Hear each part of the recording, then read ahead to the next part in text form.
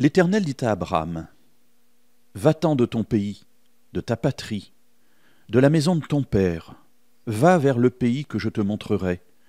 Je ferai de toi une grande nation et je te bénirai. Je rendrai ton nom grand, deviens donc une source de bénédiction. Je bénirai ceux qui te béniront, je maudirai celui qui te maudira. Toutes les familles de la terre seront bénies en toi. » Abraham partit, comme l'Éternel le lui avait dit.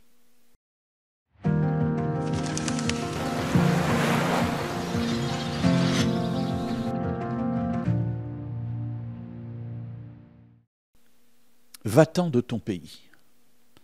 Alors il se trouve que j'ai quitté 3 fois un pays, je suis donc à mon 4e pays, et je sais un petit peu ce que ça veut dire que de partir, mais ici il y a quand même quelque chose un peu particulier. Alors il dit, quitte ton pays, ta patrie, la maison de ton père, et va vers un pays que je te montrerai. Il y aurait énormément de choses à dire là-dessus, mais il y a surtout une particularité dans le texte original, le texte hébreu. En fait, va-t'en de ton pays et va vers le pays que je te montrerai.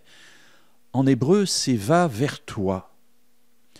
Va vers toi, ça exprime une autre idée. Ce n'est pas simplement quitte et va vers un autre pays, mais pour pouvoir aller là où je veux t'amener, il faut que tu quittes le pays que tu es pour aller vers toi, c'est-à-dire te trouver toi-même.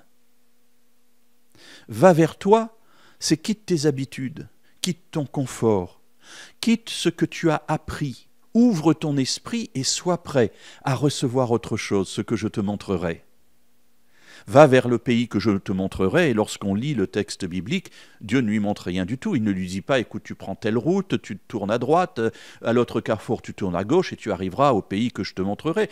En fait, il le conduit dans la terre de Canaan, et quand il y arrive, Dieu lui dit, bon, il y a un détail que j'ai oublié de te donner, c'est qu'en fait, c'est seulement pour tes descendants.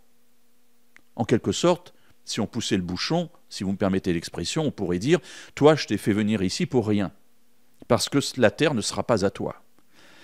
Mais Abraham va découvrir dans ce voyage quelque chose d'extraordinaire, c'est-à-dire qu'il va se découvrir lui-même. Et si nous sommes prêts à faire ce voyage avec Dieu, alors il nous permet de nous découvrir nous-mêmes parce qu'il éclaire le chemin de notre cœur et le chemin de notre vie. Alors mes amis, moi j'aime beaucoup cette histoire parce que le verset 4 nous dit, alors qu'encore une fois, comme je le disais à quelques instants, il a si peu de détails, Abraham partit comme l'Éternel le lui avait dit.